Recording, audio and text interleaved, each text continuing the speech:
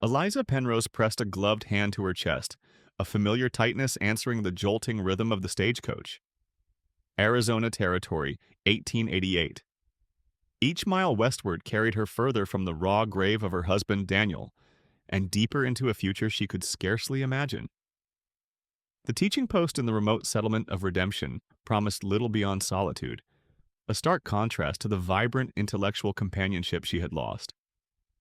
Dust, fine as milled flour, already coated the worn velvet of her traveling suit, kindling the old weakness in her lungs. The driver, a wiry man with sun-cracked lips, had grumbled about flash flood country as he urged the horses down this treacherous shortcut, a dry wash promising a quicker, albeit rougher, passage. Then the sky, a bruised purple only moments before, unleashed its fury. Rain fell, not in drops, but in solid sheets, a deafening roar that swallowed the driver's shouts. The dry wash became a churning beast of brown water and debris. Eliza felt the stagecoach lurch, then lift, a toy in a titan's grasp. A sickening crack of timber, a scream swallowed by the torrent, and then she was tumbling, water forcing its way into her mouth, her lungs. Cold, brutal force slammed her against something solid, then dragged her on before mercifully casting her onto a muddy, bucking bank. Gasping, spitting mud and water, Eliza clawed at the slick earth. The stagecoach, or what remained of it, was a tangle of splintered wood receding in the violent current. Her valise, her hat box, her precious medicines, gone. Only the small, sturdy carpet bag Daniel had insisted she keep her personals in remained, its leather strap miraculously still tangled around her wrist. Inside, his botany journal, its pages now likely waterlogged, and a single, cherished daguerreotype of his smiling face. She dragged herself higher, every breath a ragged, painful monument to survival. The echo of the floodwaters began to subside, replaced by an ominous silence under a sky still heavy with threat. Her small canteen of water, a few biscuits, the sum of her worldly goods now. The cloying smell of wet wool from her ruined dress filled her nostrils, mingled with the raw scent of churned earth. A single desperate thought: survive. For Daniel's memory, for the unknown ahead. Her grief, a constant companion, receded slightly, overshadowed by the primal urgency of her predicament. She had to find shelter, conserve what little she had. The sun, when it broke through the clouds, would be merciless. Her canteen, she noted with a pang of fear, was already perilously light. The first true test had arrived with the dawn. The brief respite granted by the dissipating floodwaters proved a cruel deception. As the Arizona sun climbed, it baked the sodden earth into a cracked mosaic and beat down upon Eliza with brutal intensity. Each inhalation drew dust deep into her already compromised lungs, a rasping cough her constant reply. Dehydration tightened her skin, her tongue felt thick and clumsy in her mouth. Dark shapes circled high overhead. Vultures, patient observers of her fading strength. The air itself grew thick, taking on a sickly yellow hue at the horizon, an undeniable harbinger of a sandstorm. Driven by a desperate will, Eliza scanned the desolate landscape. Her husband Daniel had often spoken of the resilience of desert flora, their secrets to survival. Recalling his words, she half stumbled, half crawled towards a meager palo verde tree, its thin green branches offering scant shade. With raw, bleeding fingers, she began to dig at its base, hoping for some sign of moisture, the effort punctuated by violent, body-racking coughs. She tore a strip from her petticoat, the fabric surprisingly resilient, and managed to bind a bleeding scrape on her arm, the sting a sharp counterpoint to her growing lethargy. Just as the first tendrils of wind began to whip sand against her exposed skin, a figure materialized from the shimmering heat haze. He moved with a silent grace that seemed to meld him with the desert itself. Tall, lean, his dark eyes unreadable, he was clearly native Cherokee, perhaps, from the whispered tales she'd dismissed back east. His presence was an intrusion, stark and unsettling. Fear, cold and sharp, pierced through Eliza's daze. He stopped a few paces away, his gaze taking in her tattered state, the pathetic excavation at the tree's roots, the tremor in her hands. Communication was a clumsy dance of gestures and a few shared, heavily accented Spanish words. Agua? She croaked, pointing to her dry lips. His expression remained impassive, but his eyes noted the darkening sky, the increasing ferocity of the wind. He unslung a waterskin from his shoulder, the leather dark and worn, and offered it. Then, with a stern, unambiguous gesture, he indicated she should follow him. His gaze swept towards the approaching wall of sand. Eliza hesitated. Trust a stranger, an Indian, in this desolate place? But the alternative was clear, a suffocating, lonely death. The wind howled now, stinging her eyes, and the taste of dust was a gritty paste in her mouth. As she reached for the waterskin, her fingers brushed against the comforting, familiar leather of Daniel's journal in her carpet bag. It was a small anchor in a world unmoored. With a ragged sigh that was part resignation, part a desperate prayer for deliverance, she nodded and struggled to her feet, swaying precariously.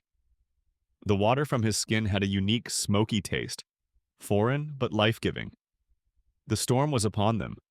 The sandstorm descended with the violence of a physical blow. It was a suffocating, roaring entity, a yellow-brown fog that erased the world beyond a few feet. The rock overhang Tala had guided her to offered minimal protection. Grit stung Eliza's eyes, filled her nostrils, and coated her tongue, each particle an abrasive insult to her already inflamed lungs.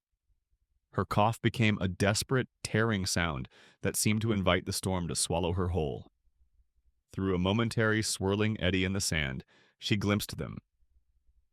Two riders, indistinct figures muffled against the elements, their voices sharp, angry barbs carried on the wind. "Trespassers! McAllister wants this whole damn valley clear." The words snatched by the gale confirmed a human threat lurking beyond the environmental one. Hope, a fragile seedling, threatened to wither. Then a memory surfaced, sharp and clear. Daniel, his face alight with discovery, reading aloud from his notes. "Certain phreatophytes, my dear Eliza, send their roots to astonishing depths, tapping ancient waters. Their very presence sings of life hidden beneath the desolation." She fumbled for the journal, its pages stiff and gritty, but the ink, thankfully, mostly legible. Finding the relevant passage, she tugged at Tala's arm, pointing to Daniel's careful sketch of a deep-rooted desert shrub, then to the arid ground around them, mimicking a digging motion and then drinking. Her gestures were clumsy, her voice nearly lost in the wind, but the urgency in her eyes was unmistakable. Tala watched her, his dark eyes narrowed against the sand. He took the journal, his calloused fingers surprisingly gentle on the page. He could not read the words, but Daniel's botanical drawing was precise. He grunted, a sound of understanding, then handed it back. He rose, scanning the tormented landscape, not with his eyes alone, it seemed to Eliza, but with an older, deeper sense.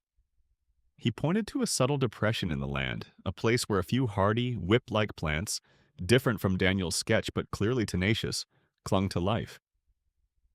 He then mimicked the flight of a small bird he'd seen earlier dip towards that very spot. His Cherokee knowledge, Eliza realized, was reading a language written on the land itself, a language her husband had only begun to decipher through science. Together they clawed at the chosen spot. The wind tried to reclaim the sand as fast as they scooped it away, but Tala's practiced movements were efficient.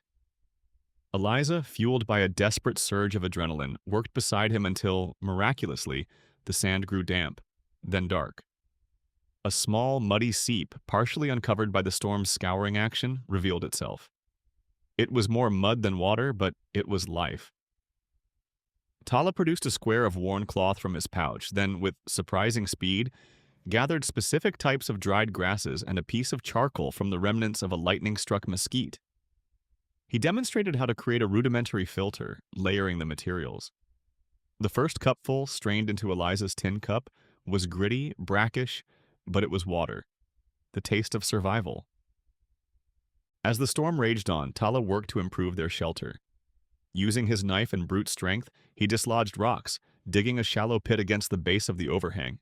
Angling his blanket and a piece of salvaged canvas from the stagecoach wreckage he must have found to create a more effective windbreak. The shared labor, the small victory of the water, forged a fragile thread of connection between them.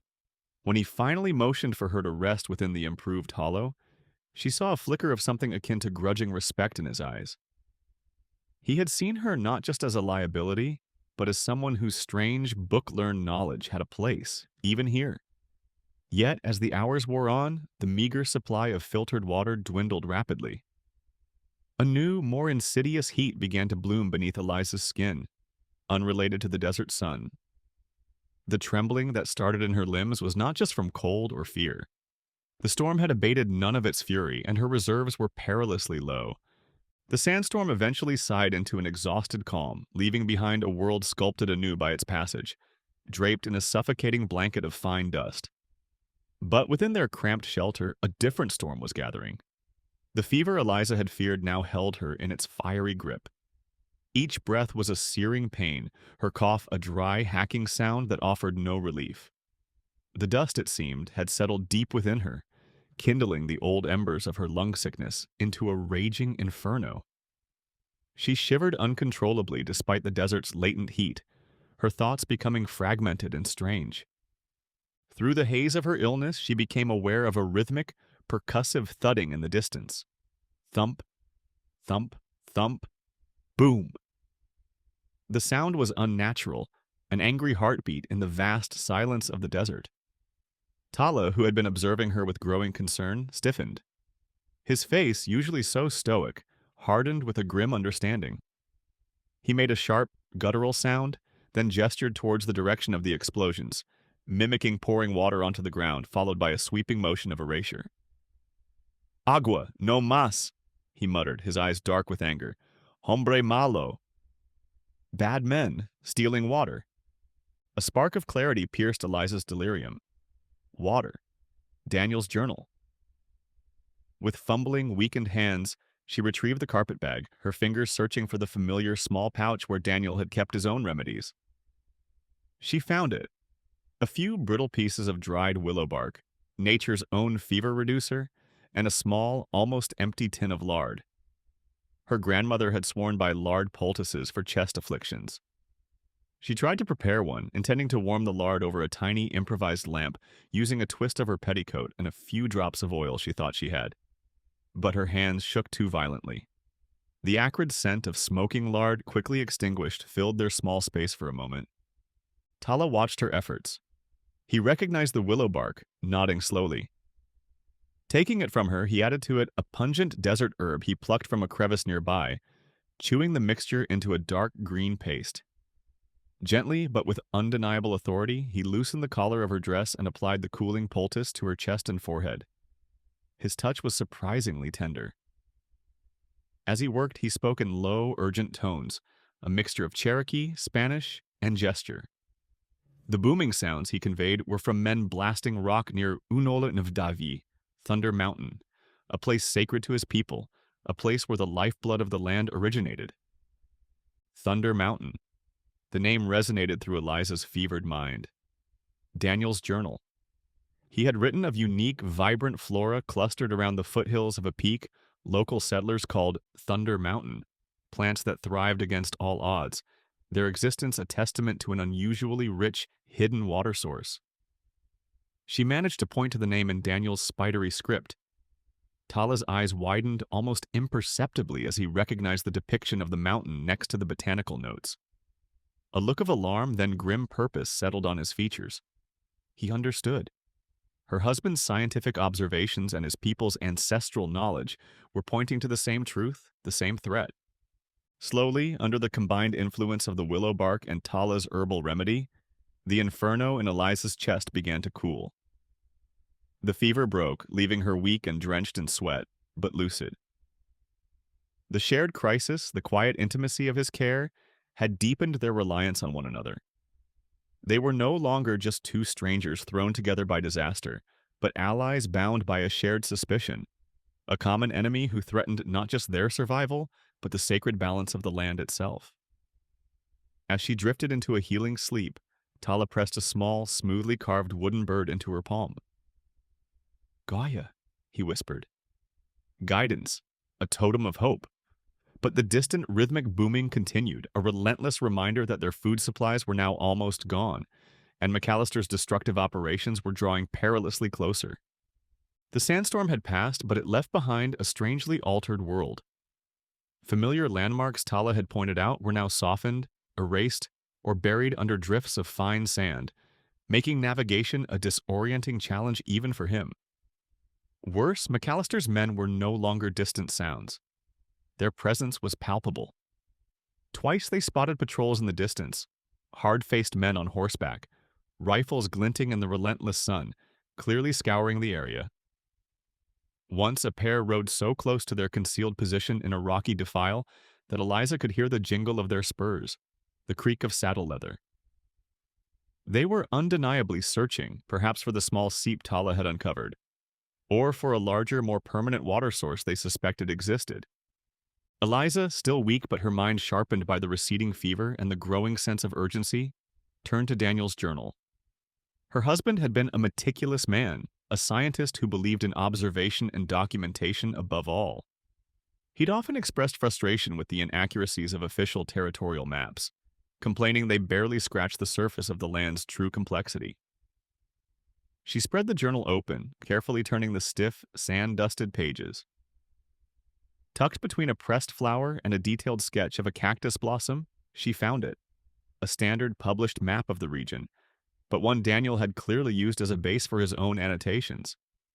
In faint pencil, almost invisible unless one knew where to look, was a delicate hand-drawn line a trail, or perhaps just a hypothesized route, leading from their general vicinity towards the looming silhouette of Thunder Mountain. The trail was marked not with conventional symbols, but with tiny, precise botanical pictograms, Daniel's personal shorthand for specific indicator plants. "Tala," she whispered, her voice hoarse. She spread the map on a flat rock, tracing the faint line with a trembling finger. "Mio esposo. He drew this." She pointed to the symbols. "Flores? Plantas? Show the way." Tala leaned closer, his dark eyes intent. The English notes were meaningless to him, the printed map itself a crude representation of the land he knew so intimately. But Daniel's botanical symbols, sketched with such care, resonated. He recognized the visual shorthand for a deep-rooted species that favored north-facing slopes, another that only grew near subsurface moisture.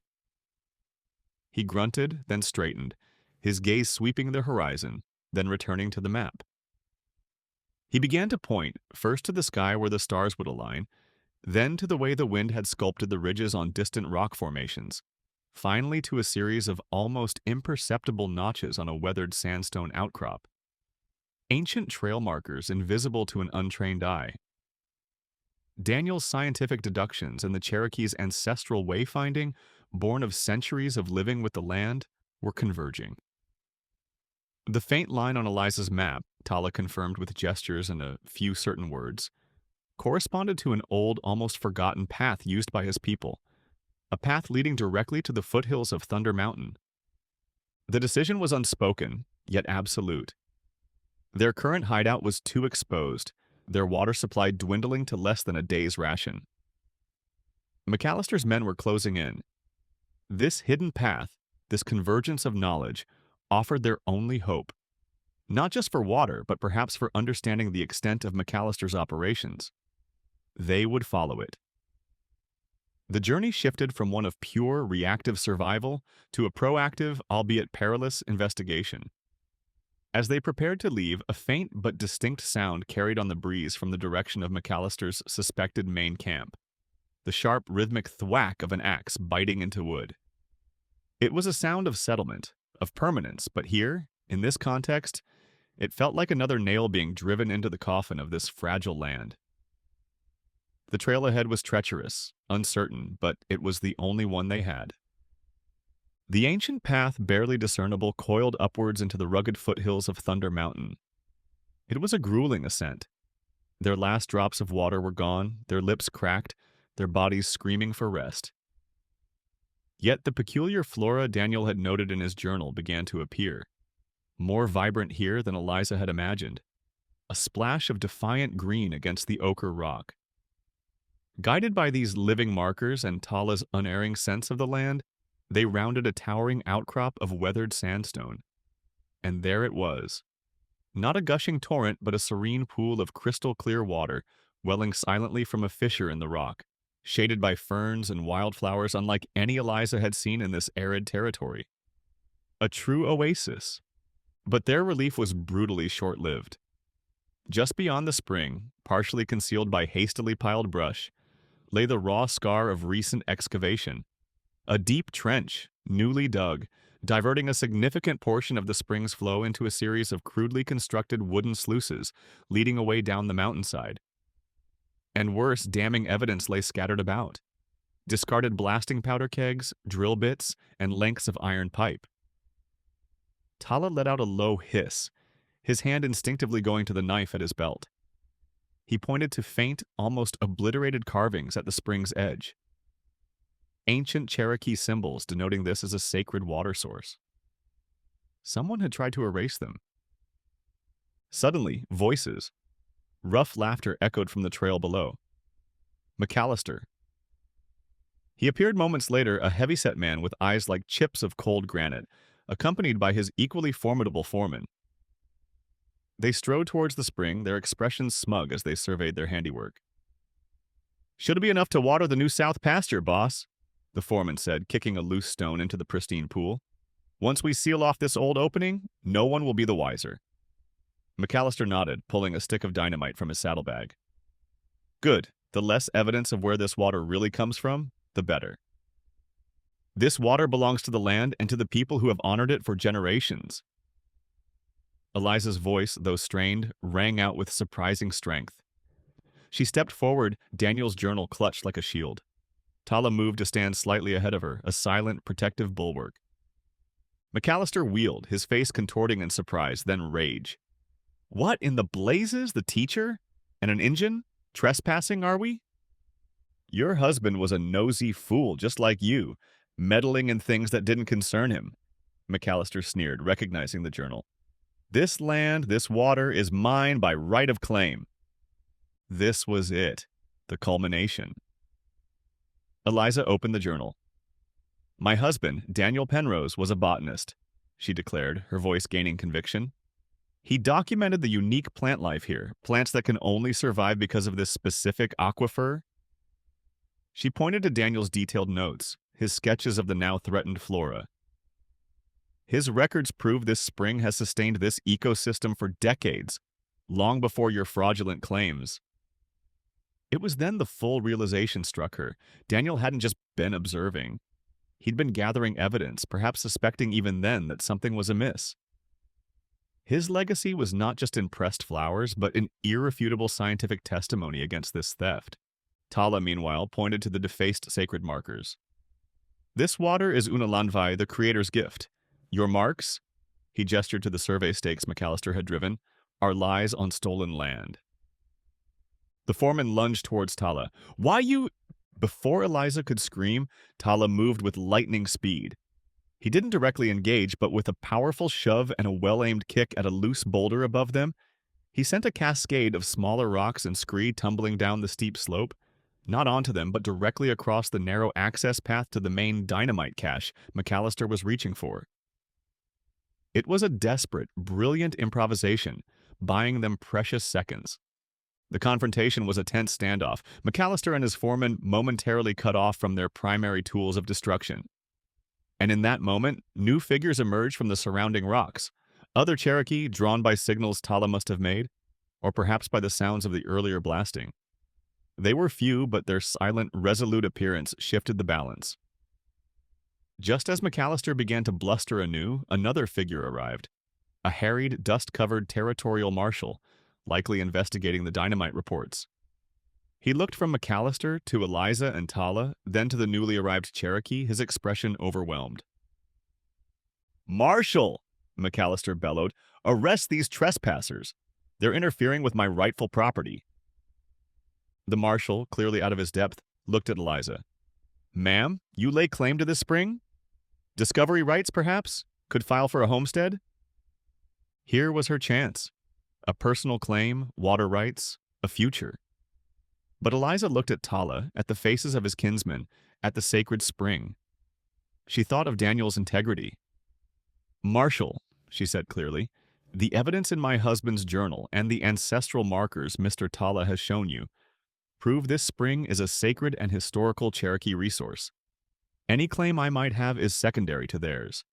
This water belongs to them and to the preservation of this unique land McAllister seeks to destroy. Her words, clear and unwavering, hung in the suddenly silent air. She had made her choice, an irreversible acknowledgement of boundaries, of respect. The marshal looked from her steady gaze to Tala's stoic dignity, then to McAllister's sputtering indignation. The scales of justice, however imperfectly, were tipping. Their supplies were gone, their bodies pushed to the limit. But in this crucible, something new and powerful had been forged.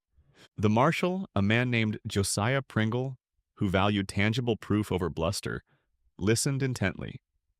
He examined Daniel's journal, his brow furrowed as Eliza pointed out dated entries and precise botanical observations that corroborated the spring's long-standing vitality and unique ecological signature. He listened to Tala's quiet, dignified account of the ancient markers and the ancestral significance of Thunder Mountain's waters. He saw the resolute faces of the Cherokee who had gathered, their presence a silent testament to their enduring connection to this place. McAllister's loud protestations about investment and development rights began to sound hollow, then desperate, against the weight of combined evidence. Finally, Marshal Pringle made his decision. "McAllister," he said, his voice firm, "based on the evidence presented, Mr. Penrose's scientific journal and the clear prior claims of the Cherokee people, your operations here are to cease immediately. This water source is not yours to divert." He gestured to the crude dam and sluices.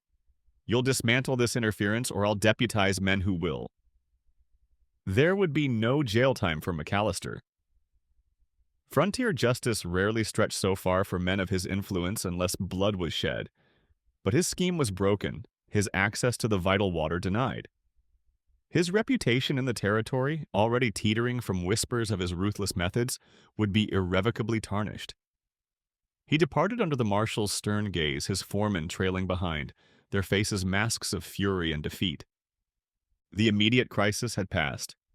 A quiet sense of exhaustion and profound relief settled over the small group at the spring. The Cherokee men, with Tala taking the lead, began the careful work of dismantling McAllister's ugly constructions, their movements economical and imbued with a sense of restoring balance. Eliza, utterly spent but with a warmth spreading through her that had nothing to do with the desert sun, sank onto a smooth rock. Cherokee women, who had arrived with the others, approached her not with suspicion but with gentle concern. They offered her water from the true spring in a clay cup, cool and sweet, and a small cake made of ground nuts and berries. Tala watched her, a rare softness in his eyes. In the days that followed, as she slowly regained her strength under the care of Tala and his people, Eliza made a decision. The teaching post in Redemption, the life she had been journeying towards, felt like a distant, irrelevant memory. Her path had irrevocably diverged. Here, among these resilient people, beside this man who had saved her life and whose world was inextricably woven with the land she had come to appreciate through Daniel's eyes and her own trials, was where she belonged. She would not be a teacher in the way she had envisioned, but perhaps she could be a chronicler, a bridge, an ally. She began to learn, listening to the cadence of the Cherokee language, observing their customs, sharing in turn her knowledge of writing and record-keeping, helping to document their stories, their claims, their wisdom. One evening, as the sun bled orange and purple across the desert sky, Tala sat beside her near the restored spring. The sounds of his village laughter, the soft beat of a drum, the murmur of evening conversations, drifted up from the small settlement they had established nearby. He took her hand, his touch now familiar, comforting. "Eliza," he said, his voice earnest, the English words chosen with care, "this is your home now if you choose it. My path is here, I offer you my protection, my heart. Walk this path with me." Tears welled in Eliza's eyes, not of sorrow, but of a profound, unexpected joy. "Yes, Tala," she whispered. Yes. Their relationship, forged in the crucible of storm and survival, had blossomed into a love built on mutual respect, shared purpose, and a deep understanding that transcended words. Later, Tala presented her with a gift. A beautifully beaded band, intricately worked in traditional Cherokee patterns, to wrap around Daniel's precious journal. It was a symbol of their joined histories, a weaving together of two worlds into one shared future. Years ripened into decades. Eliza and Tala became respected elders, their lives a testament to the enduring power of understanding and resilience. Their children, strong and bright, moved with ease between two worlds, their tongues shaping both the melodic cadences of the Cherokee language and the precise prose of their mother's English. They could track a deer with Tala through the most challenging terrain and discuss the finer points of botany with Eliza, referencing Daniel's journal, which now bore the patina of loving use by a new generation. The blended survival techniques they embodied became the community's strength. The land around the protected spring thrived. Sustainable farming practices, a fusion of Daniel's insights into drought-resistant crops and traditional Cherokee companion planting, yielded modest but reliable harvests. The clear, sweet water of the spring, managed with a wisdom that honored both scientific understanding and ancestral reverence, was the lifeblood of their small, flourishing community. McAllister was a fading memory, a cautionary tale whispered by grandparents to wide-eyed children. Daniel Penrose's journal, rebound by Eliza with supple deer hide and adorned with Tala's beaded band, lay on a carved wooden stand in their dwelling, alongside Tala's own collection of exquisitely carved animal figures and cherished traditional tools. These were not mere objects, but teaching aids, conduits of history and cultural pride. Each year, at the celebration of the spring's reclamation, the story of their first meeting, the desperate struggle through the sandstorm, the confrontation with McAllister, and Eliza's pivotal choice was retold, a living piece of their heritage.